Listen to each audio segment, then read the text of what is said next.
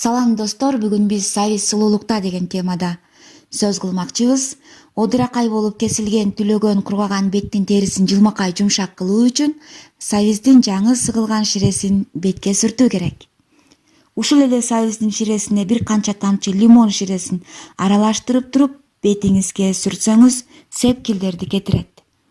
Сабизди майда тиштүү кыргычтан өткөрүп, алынган боткону бетке жана моюнга жабуу керек.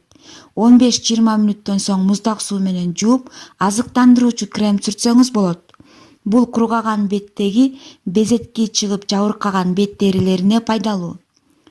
Кыргычтан өткөрүлгөн сабиз боткосуна бир аз ун кошуп аралаштырып, 15-20 мүнөт бетке жапса, бет терисин азыктандырат, жумшартат, ашыкча майлуулугунан арылтат.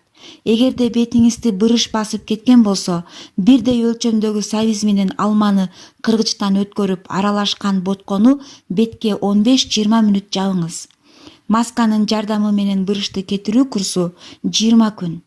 Ал эми бырыштын алдын алуу үчүн кыргычтан өткөрүлгөн сабиз боткосуна бир канча тамчы лимон ширесин, жумуртканын сарысын, 1 чай кашык өсүмдүк майын кошуп аралаштыруу керек.